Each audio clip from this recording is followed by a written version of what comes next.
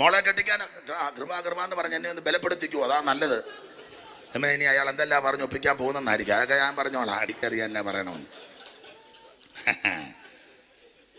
മോളെ കെട്ടിക്കാൻ അമ്മയും പോവും ബ്യൂട്ടി പാർലറിൽ, അമ്മയുടെ അനിയത്തിയും വേണേ പോവും.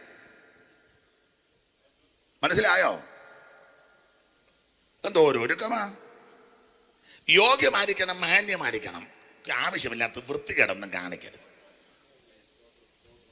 അക്കാര്യത്തിന് ഞാൻ ആ ശുശ്രൂഷയുടെ സമയത്ത് ഒരുക്കത്തിന് ആ കാര്യത്തിൽ ഞാൻ TPM-കാരെ ബഹുമാനിക്കുക. അവിടെ നിന്റെ ഒരു വിളച്ചിലും നടക്കുകയല്ല. നീ ഏത് പൊന്നു മോനാന്നേ അവിടെ അത് ചെലവാകുകയല്ല.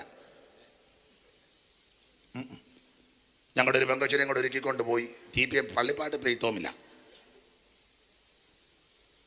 ഒരിക്കപ്പോഴേ ഞാൻ പറഞ്ഞു, ഒരുങ്ങി കല്യാണത്തിൻ്റെ ഒരുങ്ങി പ്രാർത്ഥന ഞാൻ